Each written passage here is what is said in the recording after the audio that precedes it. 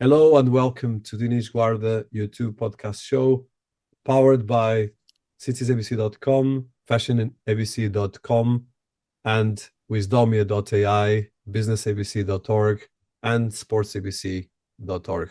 We're excited to continue looking at solutions, empowering and profiling the most inspiring personalities in the world when it comes to business, technology, and as well about the way we can actually create a better world with our emotional empowerments, and as well with the balance between IQ and EQ, and how we can actually put all of this together.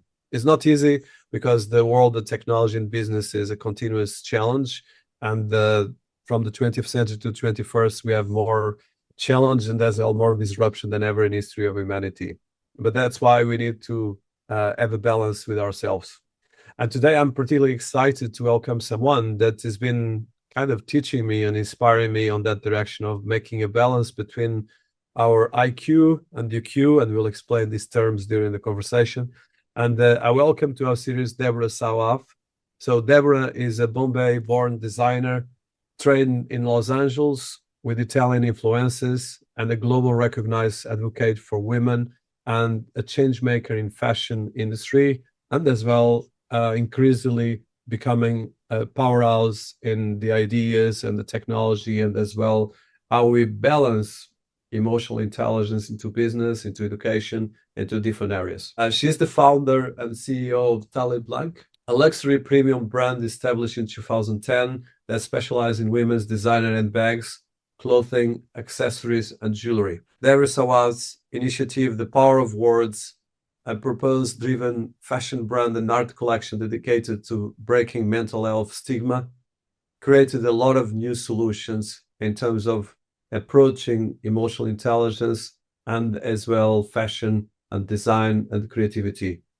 Launched in 2022, this initiative integrates fashion, pop culture, music, and art and film to raise awareness and support for mental health through collaborations with mental health apps, NFT platforms, and public events.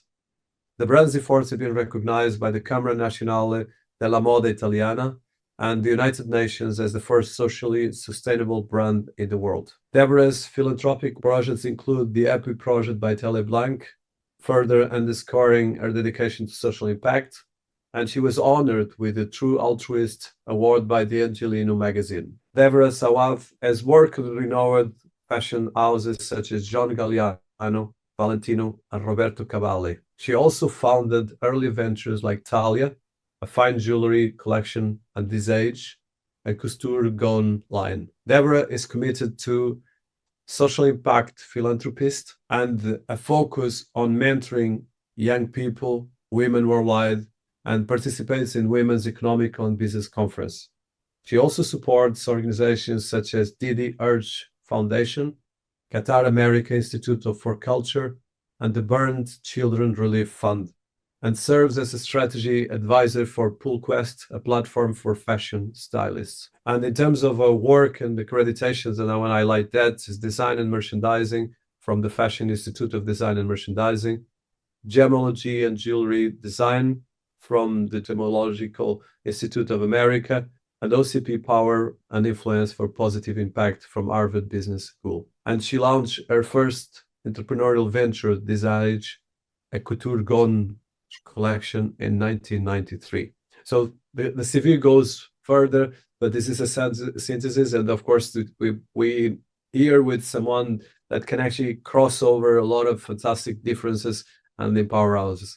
Okay, Deborah, it's an honor to have you here. I'm very excited and looking forward to talk with you. Well, thank you, Dinis. I'm honored to be on here with you and your team, and looking at a very positive and impactful future together. So, Deborah, you have such wealth of diversity and as well of work from Bombay to Los Angeles, as well as your family. You are Indian and British, and of course having Italian influences and US based and married as well with Middle East. So you have a kind of United Nations. So tell us a bit about your personal history, your upbringing, And something in your childhood that made who you are and shaped part of your journey, or some people that you want to highlight? Well, thank you very much. There are, since I was a child, I think there are so many people that I would like to highlight, which I do one at a time, because it's taken a village to get me to where I am today. I was born in a suburb of Bombay. I was very fortunate to be raised in a multicultural family, because when I look back today, the diversity has been a big power in my life of understanding and, building emotional intelligence to understand different people's approaches. I was very earlier on exposed to fashion, and at a very high level, at a couture level. A family member was already working with Versace, so that was my first exposure to fashion. And that's how I got into the world of fashion. Oh, fantastic. So, and a bit about your upbringing. I always like to go to the basis. You have a very colorful background in multiple areas, and as well, I know that your relationship with your mother as well shape a lot of the work you're doing, between your creativity, but as well your human centric work. So a bit about that history, because I like to touch that. I grew up in a multicultural household. My mother's family, we're typically what we call Anglo-Indian, where it's a mix of British and Indian. And, it was the lack of support, the lack of family support. And when two cultures come together that earlier on, it's more acceptable now, but it was so much more difficult in the early days, where you don't have a background where people understand each other, especially across cultures. I believe the work I'm doing today started with my mother's lack of support in her postpartum depression, led to her being treated for mental illness. And it was at some point schizophrenia and then bipolar. And I think I've seen that from a really early age. I was born in India. It's such a beautiful culture and tradition there, mixed with a bit of the West. It's understanding the spirituality of the culture, although I didn't grow up in that. I grew up as Catholic. We were raised Catholic. My parents converted they were married in the Church of England and then moved to Catholicism just because it was more accessible to where we lived. So I was raised Catholic, but I was always immersed and inspired by the Indian culture and traditions, which are so powerful. And even till today, there is an immense amount of respect. There is, the bond that comes from everyone speaking and understanding the same tradition and the same values, which I believe we don't teach in academics anymore, and which is why I developed the program I did.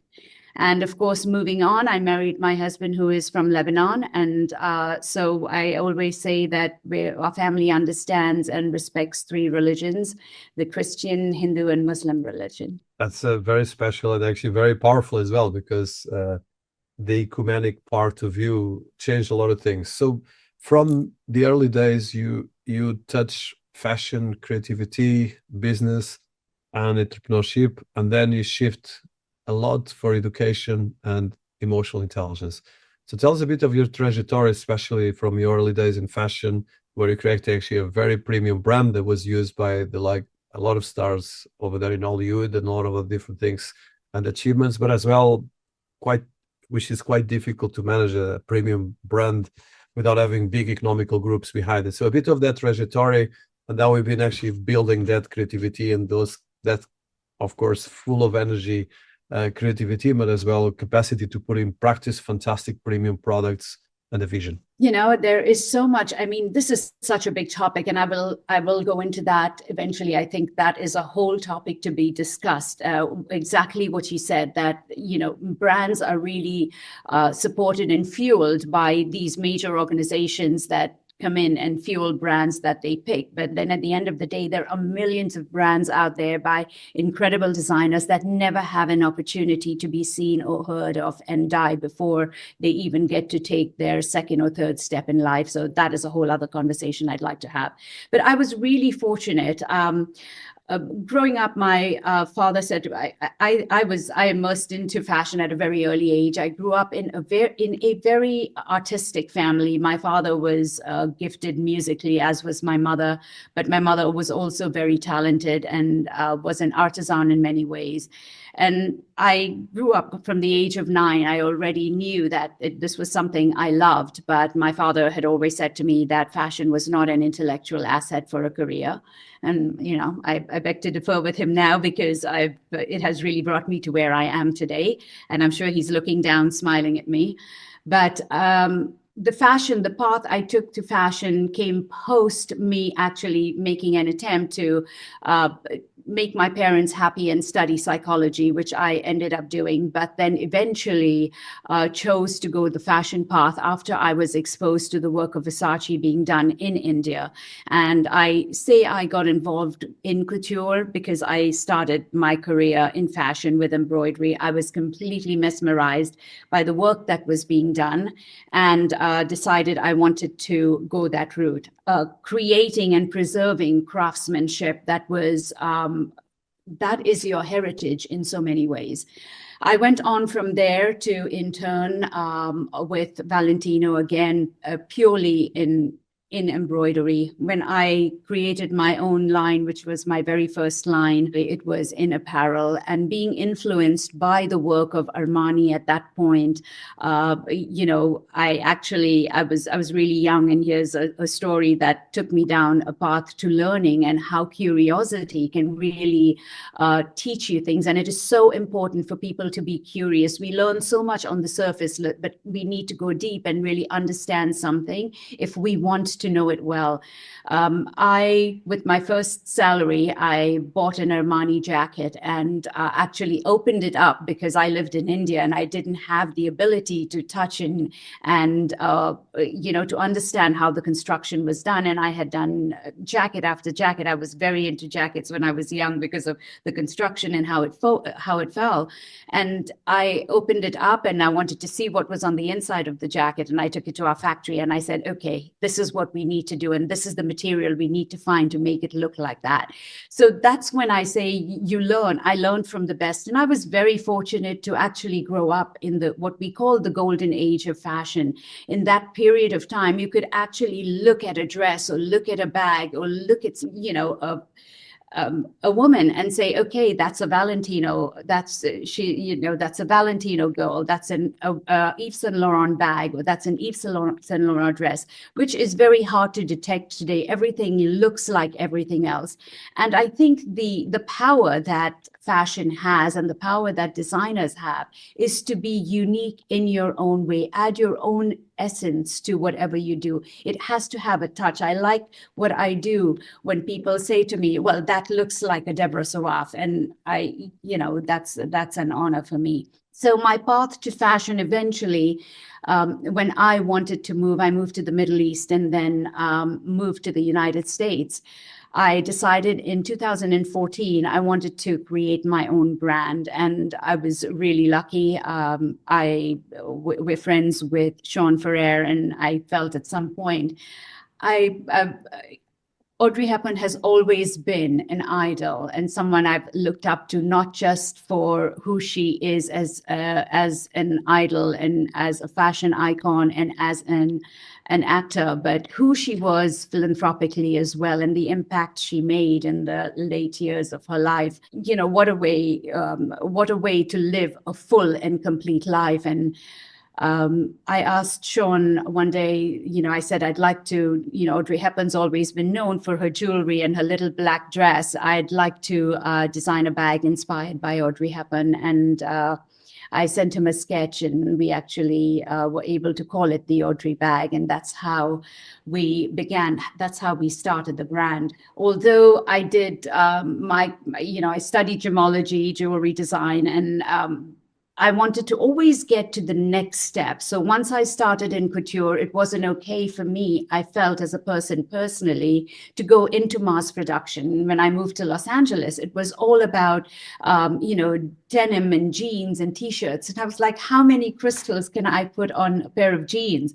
It just didn't to me, that wasn't something I wanted to do. And therefore, I went back to school and studied gemology and jewelry design. I wanted to take and learn a little bit more. And I believe could spend my whole life studying and learning new things, especially in the creative world. So that's how I got into fashion, launched Palais Blanc, which is the name came from my daughter.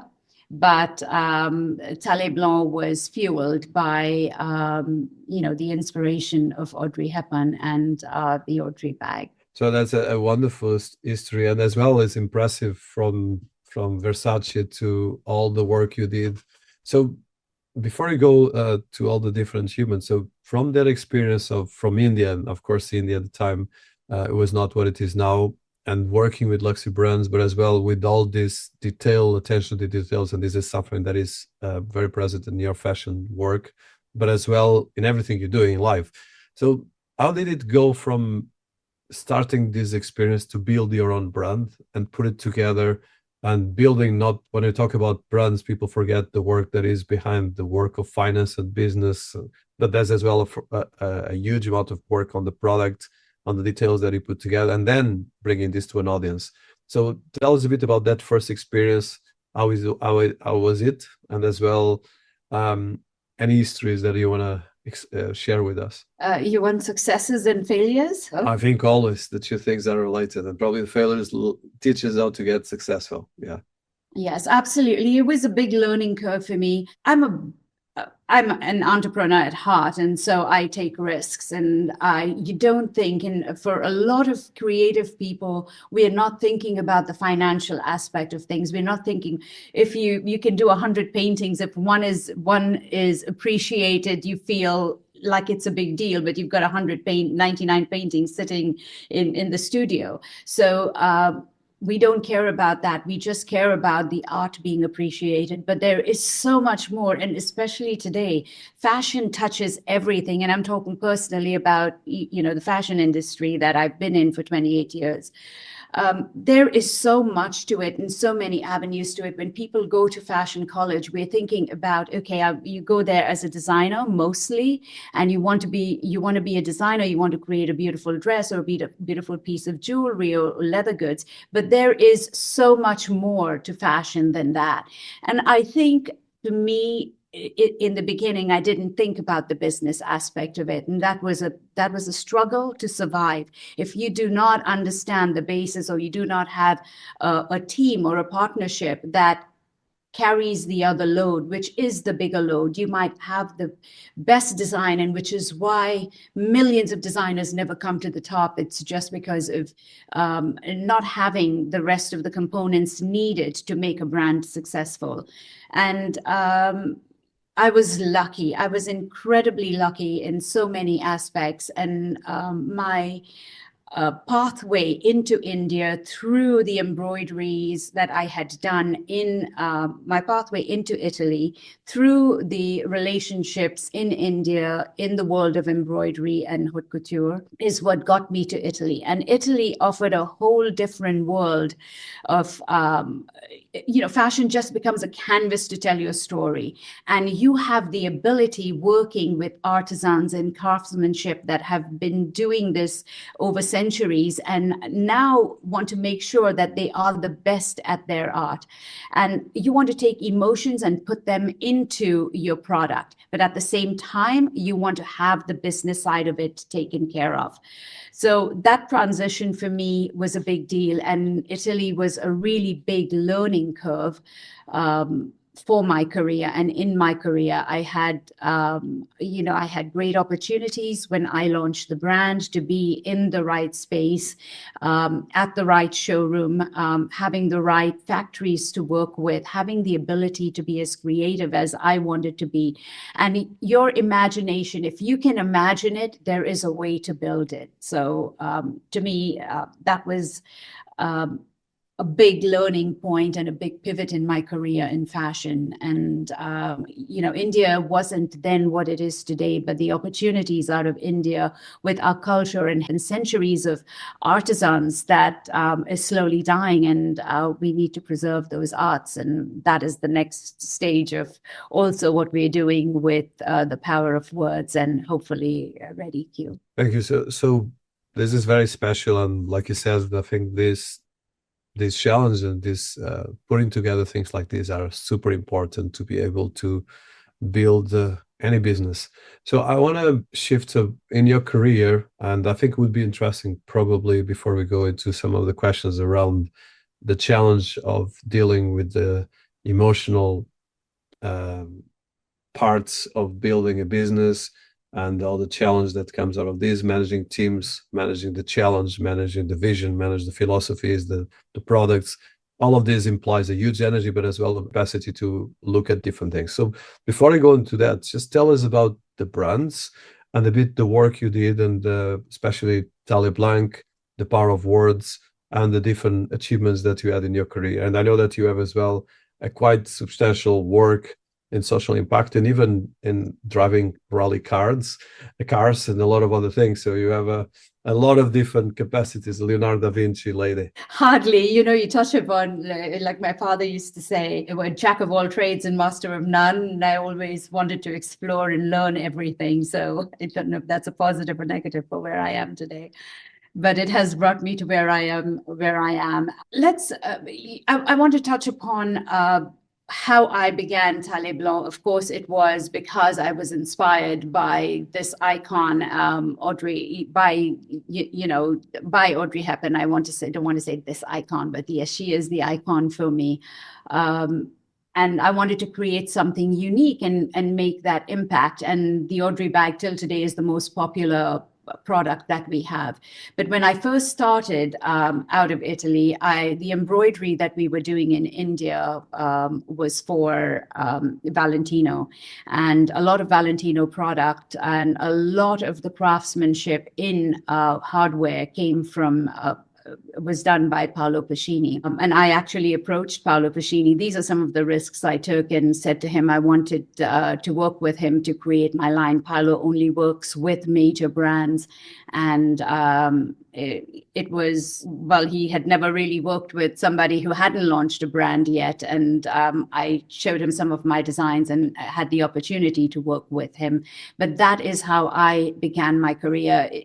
He could have turned me down, and I really don't know what I would have done next. But some of my art-like pieces come out of Paolo Pascini's factory, and that was something that made me realize, I could actually do and create anything I want with the right support. So that transition was a step up for me. And then I got to work with some of the best factories in Italy that did all kinds of new techniques. And I started to develop new techniques. I started to do things that weren't being done, and learning that people are open to creative and new ideas. It just depends on how much are you willing to give. Like we say with networking, and I'm going off topic a little bit, but when we talk to young kids or graduating entrepreneurs, everybody says you need to go out and network. You need to go out and network. Yes, that's great. You need to network. But what are you bringing to the relationships you make is also important. It's not just about you go out to network to make connection with someone, but what do you have to offer? Always have that ready. And I think that was a big value added to, that was my thinking. That was my part of my upbringing. It's about giving before you think about what you can get from someone. I always think about what can I give to this relationship, because there's no sustainability if it's not a two-way street. So that goes a little bit, goes back again, how I leverage how I was raised to fuel anything that I do in terms of business. That's where the philanthropy comes from as well.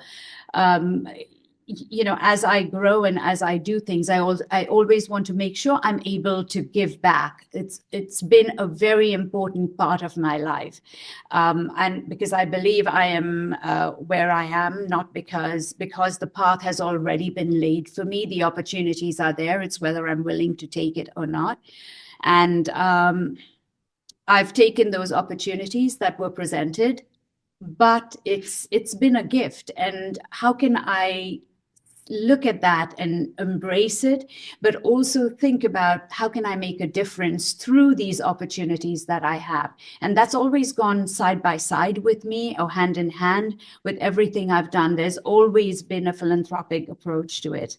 And when I raised kids in the West, I wanted my kids to understand that there is a whole other world out there. It's great to be privileged, but privilege comes with responsibility. So it's kind of the DNA for our brand, our family values as well. It's very special. So I want to just touch. So you mentioned that how difficult it is to work with these haute couture fashion houses, and as well, in the case of Valentino, is probably an icon. And you mentioned, of course, Andrea Byrne. So that has, I think, for me, influenced me as well in my dreams of building things, because you have always a technology icon, film icon, fashion icon, a music icon, and these things change. I know that this is being quite important because you are as well an icon right now of fashion and creativity. So I think working with these people, and I want to go to the human side and the business side. So there's a craftsmanship in fashion, there's a human part, and then there's the business side.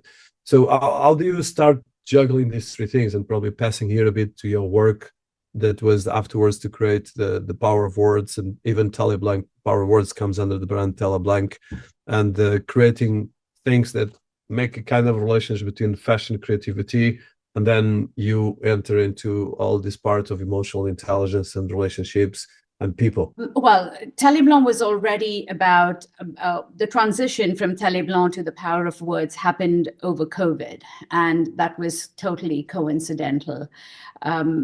Working out of Italy, I live in LA, but I pretty much I was every 6 weeks on a flight to Italy for work. So I really had no bases in the United States. Our brand is very recognized in Europe, in the Middle East, in Eastern Europe was a very big part of our business in the good days. Going from fashion to from Tele Blanc to the Power of Words. Tele Blanc had been around for about a decade and a half when I had the opportunity to be the fashion event at the NBA All-Star Weekend and at the Super Bowl weekend that was happening both in Cleveland and in LA.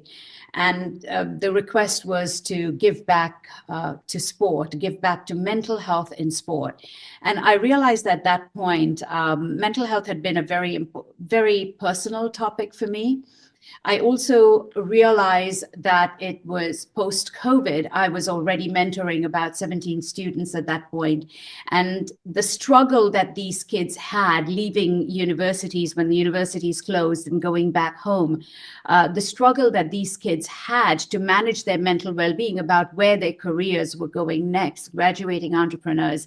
As an entrepreneur, you wait to get out into the world and take your project out into the world, and they were not going to have that opportunity because COVID had there was no direction and no one had any idea where COVID was going. And so I realized I was going to leverage the voice of fashion to be able to do something impactful in the world of mental health. I had an idea, but I didn't know how far it was going to go and how successful it was going to be.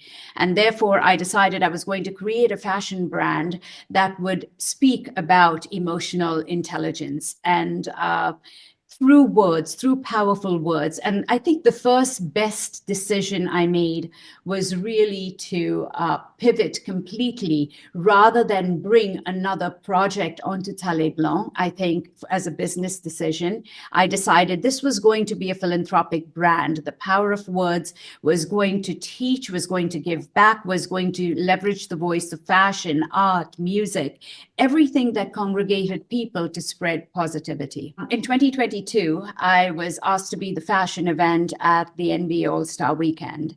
And that was just coincidental. I happened to be in Cleveland and with my friends, and sometimes destiny finds you. And I think that was a moment where destiny found me and where I pivoted my career and give back to mental health in sport. And that's when I realized, flying back from Cleveland, I realized, fashion needed more than a one-time, or mental health needed more than a one-time give back. What was I going to be able to do to really make this impact? I realized that fashion is a very powerful platform. We touch everything. If you think about fashion, we touch almost every material on this planet. And like I talked about the diversity in fashion, I mean, as a designer, there is so much you can do, but we also, a little kid in the street understands fashion, a CEO of a company understands fashion, president understands fashion. Everybody cares about how they look. It's an emotional connection. What you wear reflects how you feel. You pick a certain color and wear a certain color, and it impacts how you feel. So you wear it for you first before you're actually wearing it for others. And there is an emotional connection there. And I realized that using that, I could actually do something more powerful than just wear and make beautiful clothes. I could give it meaning and purpose. I could have it talk to people. But also, this was a way for me to draw people towards what we were doing in a beautiful way. When you bring people into a comfortable space, they share things and they open up and they speak. And I realized this was such a great opportunity. And how was I going to do this? I had already had a really great network. I'm surrounded by what I call my posse, the most influential women in my life. And, the power of their words. So I came back home from Cleveland and realized I was going to launch a new brand. I think my husband thought I was having a mental health moment.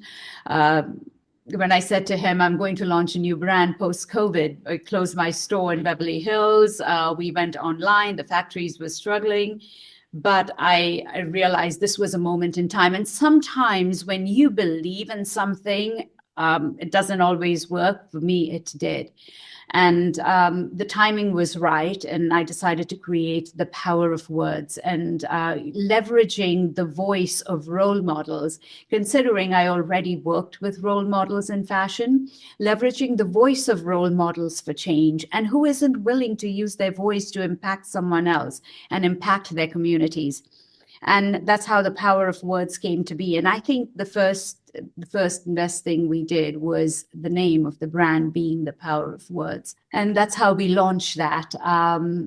Started with fashion, of course, but while I launched the fashion brand, I used the power of those words to start building a program on emotional intelligence, which is a model I was using anyway in my life, my survival to maintain my mental health, and also using it for the students that I worked with. So you touched something very special. So you launched it post-COVID, during all the mental health issues that were, I think, more highlighted. And we're taking a lot of different things here. So I want to touch this part of mental health and well-being, and which is something very dear for me. And it's very sensitive because, of course, there's a huge prejudice and a huge amount of issues around mental health. Even if you just say mental health or mental illness, people are afraid of talking about that.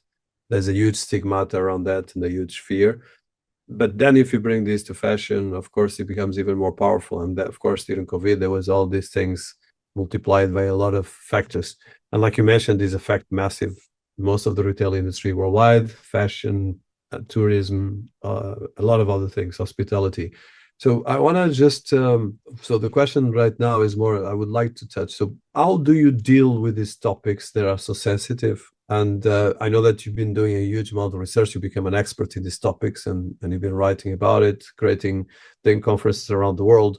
But from this personal experience of yours of building brands that reflect this, and as well having all the ups and downs of building a fashion and haute couture business, to the fact of end up actually becoming an expert and a coach in the areas of emotional well-being and emotional intelligence. So EQ stands for emotional quotients, and IQ is intelligent coefficient. So I want to touch the inception of this, and then we can dive in on this concept.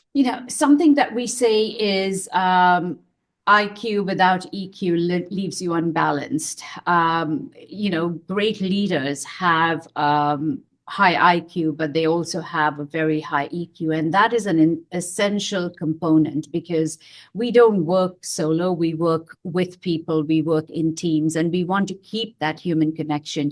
To be able to keep that human connection, you need to have emotional intelligence at its peak to make sure it's successful.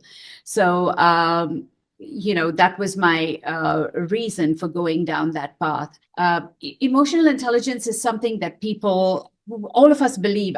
When I started doing this, I believed I have high emotional intelligence, and really from building the program, realized that emotional intelligence is something you have to be reminded of on a daily basis.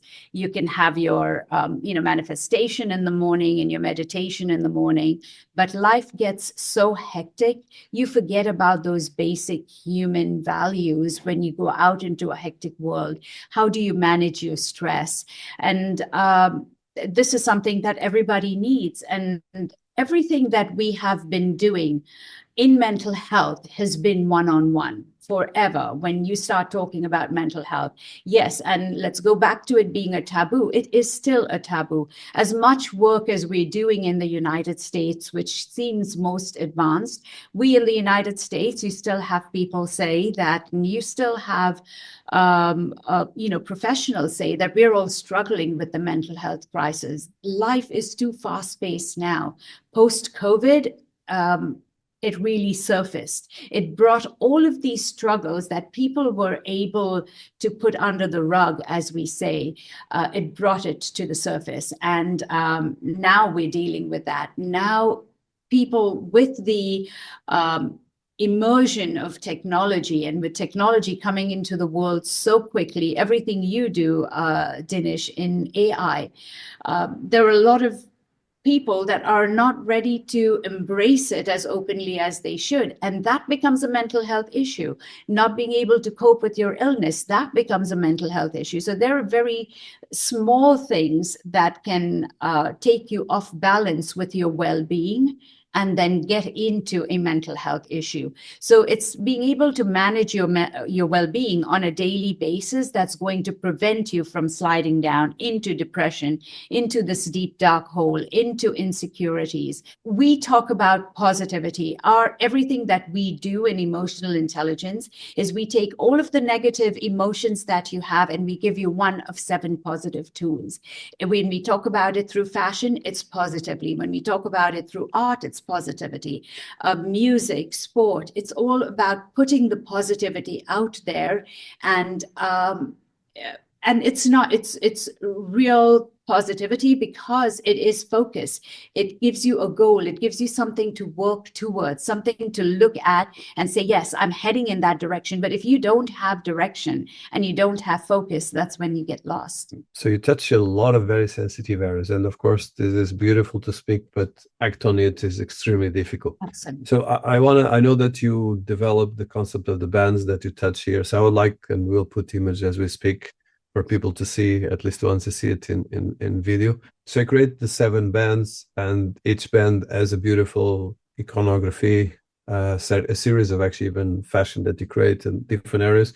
And each of them symbolizes an emotion, and you create a framework. And this framework, actually, I've been thinking since, of course, I met you, I've been thinking more and more about this framework because it's very special and not easy because, of course, like you said, if you are in technology, if you are in business, you have to be tough. You have to compete, you have to find solutions, you have to get things on time, and you have different personalities, different creative methods, different methodologies, different project management. So this creates, in some cases, very competitive and toxic elements. But at the same time, of course, is the way we manage these emotions, the way we take this, because of course there's the stress of business, there's the failure if you don't achieve the KPIs of the business, or sometimes you fail completely with the business.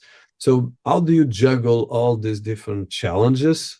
And if you can as well highlight the bundles and as well the framework you created around the emotional, the animals, and different parts that you put together, which is a wonderful storytelling, but really helps people. When I decided I was going to go down this path, I had already, being in fashion, and like I said, fashion touches so many different industries, and technology is a very big part of it. When I think and when I develop something, even when it's a product in a fashion brand, I think about what is this going to be or look like in 5 years, and how is it going to evolve and still live in 10 years' time. So with the power of words, there needed to be a lot more focus than that. And I realized that with the power of words and what I wanted to do in mental health and emotional intelligence, although we talk about mental well-being, not mental health, 5 or 6 pillars that we have, which is technology, education, fashion, film, art, and doing this through music and sport, doing everything we did in areas where people congregate, where people come together, where people don't think about their problems, but they're really celebrating and enjoying music and sport. And those are the best places to communicate emotions, where people are not thinking about the struggles you have, the politics, the religion, the culture. You're all one because your goal and your focus is the one thing, the music or the sport. My idea was really to leverage those areas where people congregate to express the real emotions that you feel, not just the emotion for the sport, but as an individual, how can you share and have eye contact in a very neutral space? So everything we've done, like I mentioned earlier, in mental health is one-on-one. You work with your counselor, you work with your therapist, you go to conferences, you go to talks, you be inspired, and you walk away, you meditate, and then you walk away, and you get into a very hectic life. How do we manage that, and how do we balance that? That is the basis of the Band Bond initiative. I wanted to take it outside of the one-on-one therapy that we were having with people and actually be able to communicate with each other. I needed it to be simple, and because of the different parts of the world I've lived in, different cultures I'm involved in, I'm always thinking about how is this culture going to adapt to it? How is a religion going to look at it? And the very simple and most impactful aspect of this is the emotions that every human being feels. That is derived from the ancient philosophy of the chakras.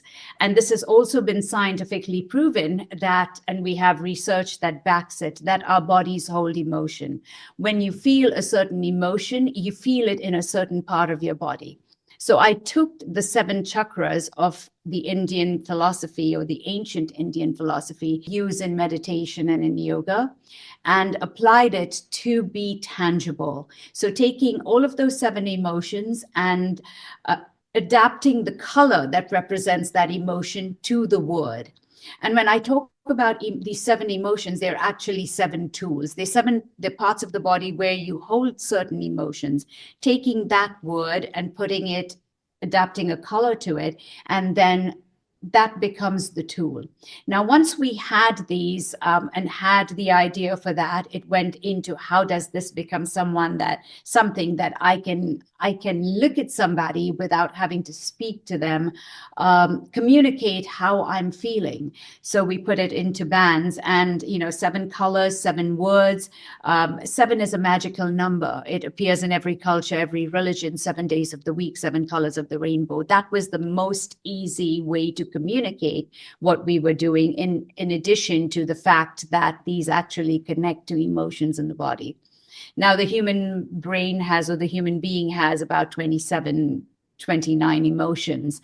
How do we take those emotions and give you one tool out of the 7 that you feel to be able to work with it? And that is what our program is about. I think what is the most powerful aspect of the program is that through the bands and through wearing a band, we talk about it as one day at a time.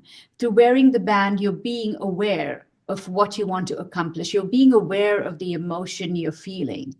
So you have the courage to wear the band, to express the emotion. But what that also helps you do is focus on what you need to accomplish. When I'm wearing a band, I'm thinking about, what does my day have in store for me? I have a meeting to go to. I want to make sure I eat healthy today. I need to go to the gym. I can pick a band for each one of those tasks that I have to complete. But having this on my hand is also a reflection of the fact that I need to accomplish this, and that's my focus. I can have a reminder on my phone, but this is more visual for people looking at me. And we say practice this in community, because when it is practiced in community, you are able to express to someone else in an unspoken way, in a visual form, that this is how I'm feeling. And you understand the emotions they're going through by the bands they're wearing. So it seems so simple, but there's depth and impact to it.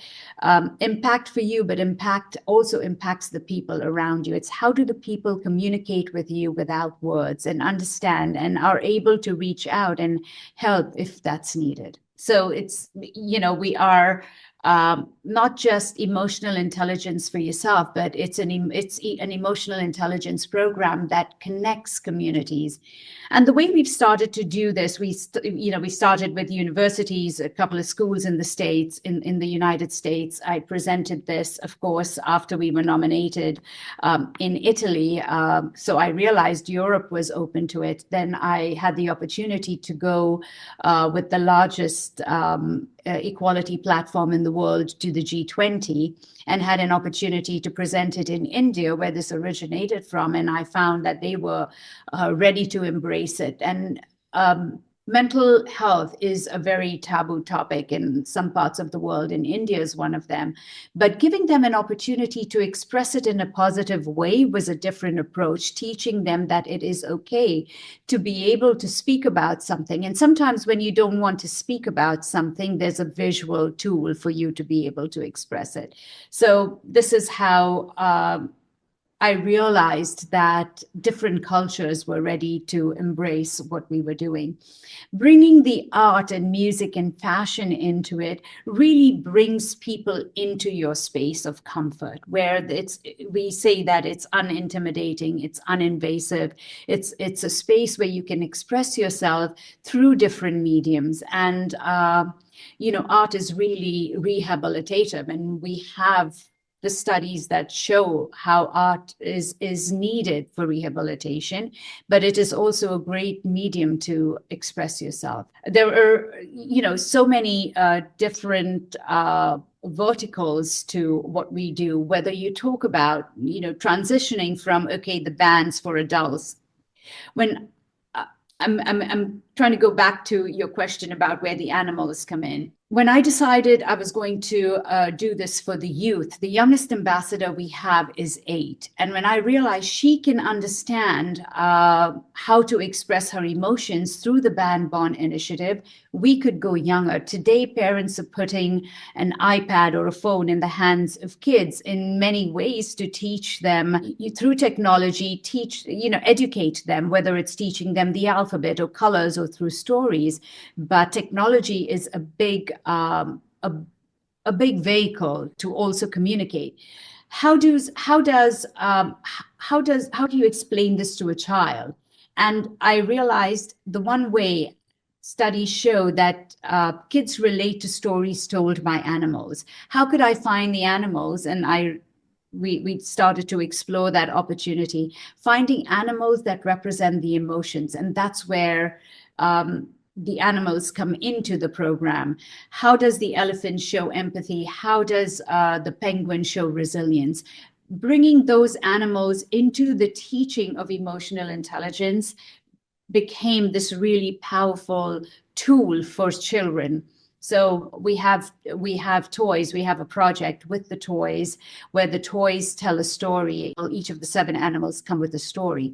The storytelling then can go into animation and gamification. And through the gamification, you can actually quantify the level of empathy in a child and the level of resilience, warriorism, through the choices they make in the gamification. Now, this is the future of what we want to do. It is conceptual, and we're working on developing that further. And those animals then became a collaboration in art. And how does an artist take our word or take our animal and express it through art? And what we add is purpose and meaning to the work of an artist. And it can be any artist. It can be a ceramic artist, a stained glass artist, or just a digital artist. But art is a powerful medium of communication. And that is how we collaborated with Ramiro Alban. I loved his work. I was introduced to him by a dear friend when we were doing a conference. And we've given a CSR component to art now, where the elephant tells a story. When you look at the elephant, and it has an AR component to it, the augmented reality actually tells you a 3D visual story of what does the elephant represent. And if the elephant represents empathy, what does empathy mean? So it's a constant reminder to everything you see and touch and work with in life. We can bring emotional intelligence into absolutely everything we do. Well, this is incredible. I would say one of the most inspiring things we can have in our world. And we need to integrate these more and more into lifestyle, like you mentioned, but as well into technology, because of course we have a huge disruption. And in this own channel, I've been interviewing people from NVIDIA and some of the top companies in the world. Normally, there's a big divorce between the engineering part and bringing this to technology. So I know that at the moment you are involved in a legal disclaimer. I'm involved as well with building something that is Red EQ. And I would like to touch that because one of the reasons I got involved is because I believe this is more important than ever. And to be honest, there's a lot of scientific studies that we are already in a stage, and this is public information, but I just want to highlight for people listening to us because I like to provoke my audience in a good way. But for instance, at the moment, we are in a stage where AI can invent AI, and this is coming, and we have to buckle up. This actually is a fantastic AI that can invent AI is coming. Buckle up. This is an article on the Forbes magazine, on the Forbes website, that highlights this. So we've been going through a human progress through time, and now we are in a stage that we go with machines, digital sentience. But this sentience and these machines, whatever we take it serious or not, are as well part of us, a part of our creation. So I know that you're not a technologist, but I want to touch in your business in emotional research. And you mentioned that you work a lot with companies. So first of all, probably if you can explain why Red EQ, and as well, what is EQ? Because there's emotional intelligence and emotional quotients. So I want to touch this. And then second, how we see this, especially in the corporate world, in the technology world, because I know that you have a specific vision for this, and as well a lot of potential that this has, because we all need this in one way or the other. Let's talk about Red EQ. So we talk about emotional intelligence, and emotional intelligence as a word is being used over and over again. And I have to say, and I want to give credit to, like I talked about my posse before, and I'm going to talk about it again. You know, we meet once in a way, and we're women that brainstorm, a small group of women that brainstorm. And one of the ideas that came up is, you know, let's give, because we talk about the work we're doing. And my dearest friend said to me, you know, let's give it a new name. And it was her idea and her recommendation.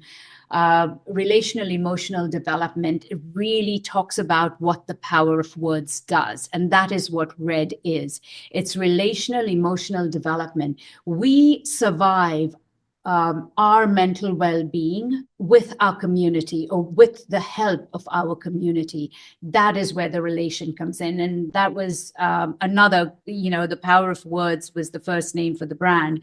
But then Red EQ is really what the power of words does, is it builds that relation between people and helps you develop your emotions. So that is where the name Red EQ came from. So it's relational emotional development that teaches emotional intelligence. And we are, that this is primarily for people to learn, for people to be inspired by, and also has the creative component to it. The collaboration, Dinesh, with with you and you coming on board with us just elevated that to new heights. It took it to a new level, integrating technology, cutting edge technology in AI to what we do, which is so needed right now. And I let you talk about the platform itself, but it's using artificial intelligence with emotional intelligence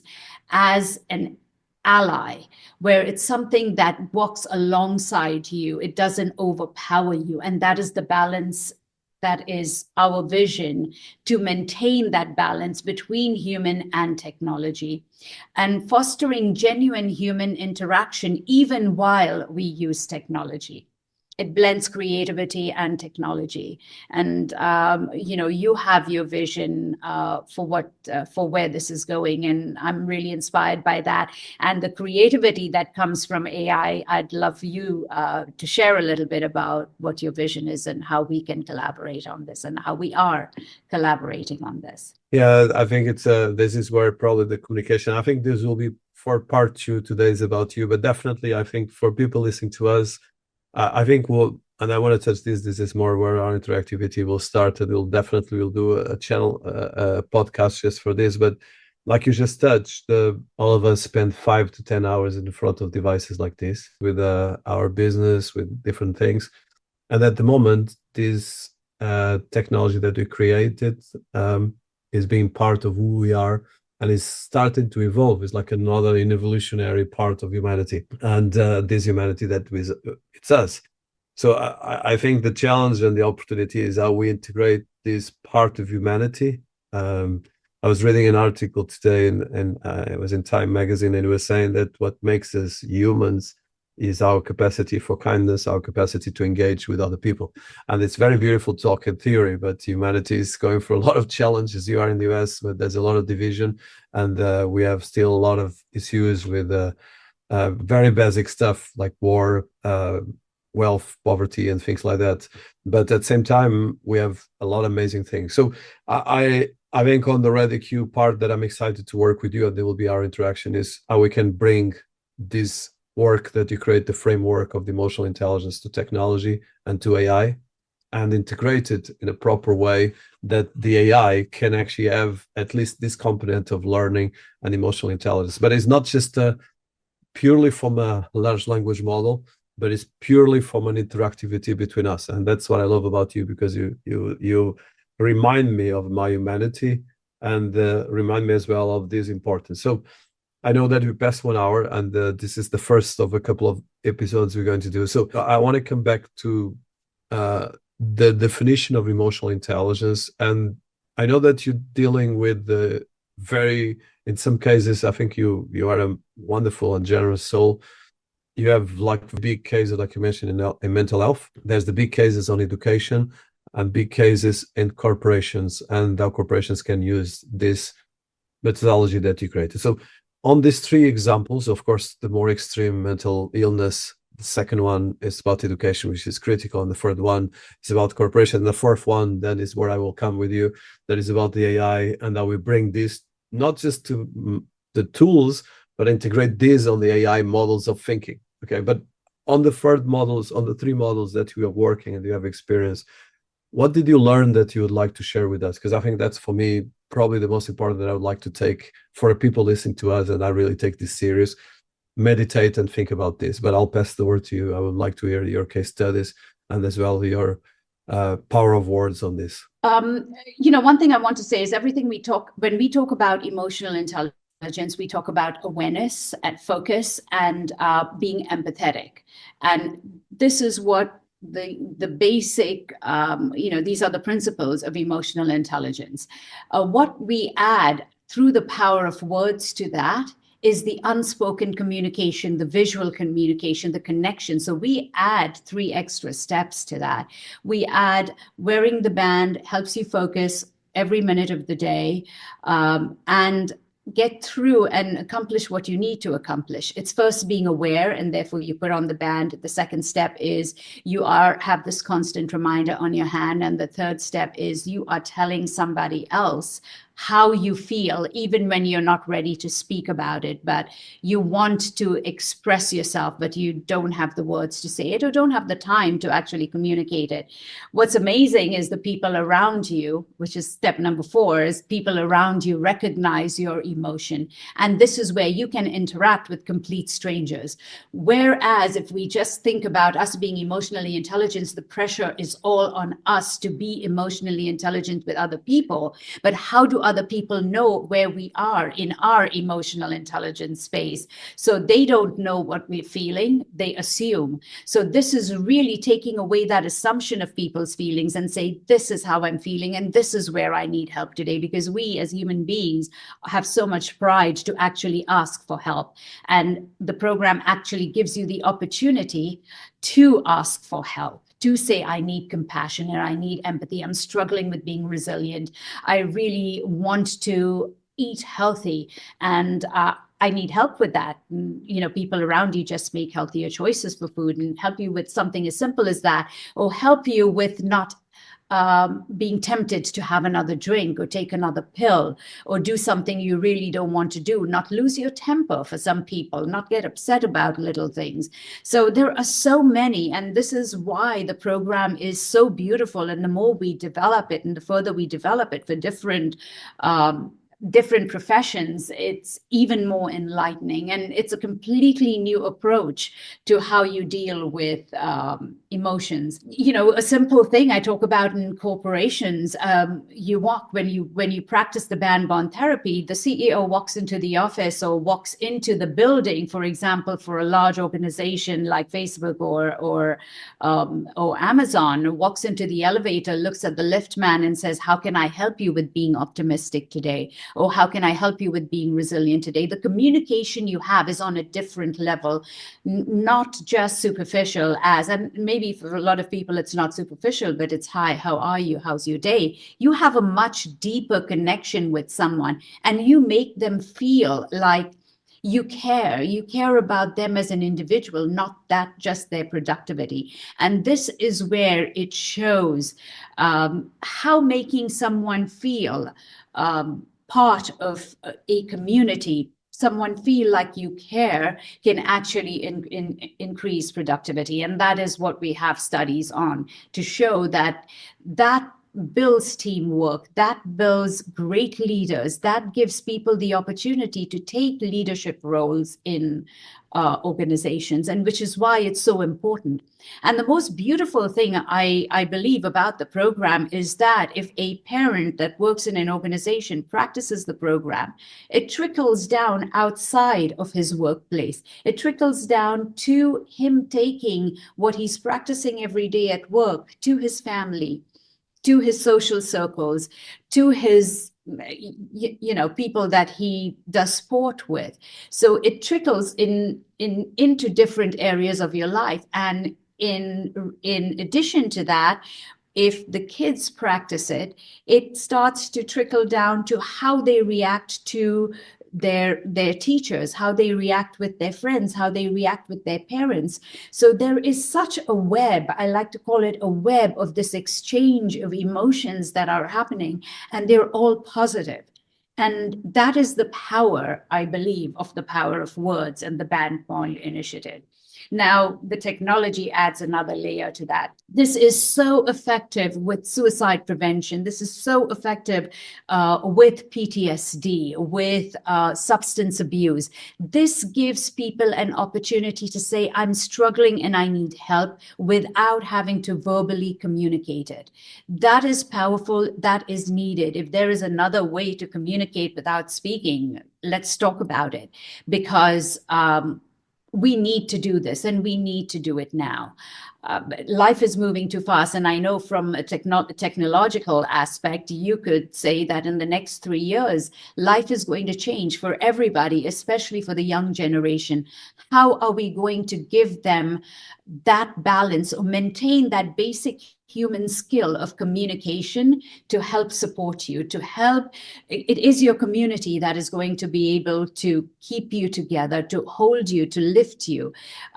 These are the things we're really not focusing on, because we're running at 300 miles an hour every day, trying to accomplish things and trying to prove ourselves. So as a last question, and for this part one, because definitely I want to touch these topics with more accessibility. So from your experience, and you just mentioned very serious areas of the fragilities of humanity, from suicide to children with a lot of challenge, people on unbalance in work, stress levels that are quite huge for, I think, most of the people that have a corporate life. So, and of course, there's the technology challenges and the challenge of dealing with technology, which is going to be, or is already part of all our daily lives. So my last question is, from your learning, and as well, I know that you are a very balanced person. How do you balance all these things, applying this to you, and what you suggest for people listening to us? And I'm sure they will want to engage on your social media and different parts to try to learn. Well, practice leads to prevention. So I believe that it's one day at a time, which is what we teach. And pick your emotions for the day. Pick the tools you need to guide your emotions for the day. I have so many people, if you go onto our podcast, which I like to say is my weakest link. I'm not best at that. But it was important for me to put those voices of people out there that have actually struggled and how they see that this could be, or this is the tool to help them prevent getting to that next step. For me personally, I have to practice every day, and it has become part of my life. I leave the bands where I brush my teeth and pick the tools that I need. I want to be optimistic that my interview with Dinis is going to go well. I want to be resilient to complete the project I need to do today. I want to be resilient to also get to the gym. There are so many things that I need to do, but I need that reminder, and it's on my hand. And at night, when I look at it, if I still haven't been to the gym, I am going to get up and go, walk 5,000 steps or 10,000 steps, whatever it is I can get in. It's that focus that helps you balance. But through that, I'm also communicating my emotions with those around me. So that has become a part of my life. And where I see this going is eventually people will look at a color and feel the emotion. And that is the stage we need to get to. Or to look at a total stranger and give them a thumbs up and say, congratulations for being optimistic. Because the colors, the words are unanimous to every human being on the planet, to every culture, every religion. It is the easiest way. It has to be anything we want to do to make change has to be simple to implement. And that is what's powerful about the Band Bond initiative. It is the most simple project to implement and to get people engaged. But people are always apprehensive about getting engaged with something new. Let's make it fun. There are so many ways that we can bring them into our world to manage their mental well-being. So what they walk away with are tools. They don't just walk away being inspired. They walk away with the tools to practice and manage their emotional well-being. Well, fantastic advice. I have to practice much more myself. And thank you, Deborah, for your inspiration. And then really talk with my heart, because this is an area where I've been kind of probably a volcano of emotions. Probably it's another 8 element that you have to do how you deal with volcanoes. But I think that this practice and the day-to-day approach towards how you choose, and I like the very practical element how you put this thing, because I overcomplicate, but you forget to leave it. And probably that's my learning from you today. So I want to thank you for this fantastic time. I'm still measuring a couple of words and thinking about others. And what I would like for people listening to us is really this power of words, this emotional intelligence, the red EQ, which is very about the color of emotions, and EQ, emotional quotient, is more important than ever. And definitely you're going to hear much more from Deborah here. This is the first take, and you're going to have a lot of fun. But as well, I would like to welcome my audience to celebrate whatever you do in this moment. Have a pause, think about it, and meditate. Deborah has a couple of videos about that. And think about how you can actually improve this practice on each day and remind this. Thank you, Deborah. It's been an honor having you here, and we'll put all the links for you, images for people listening and seeing our fashion achievements and the different parts, the links to our websites and social media presence. And definitely you're going to hear much more about her in this channel, in this series.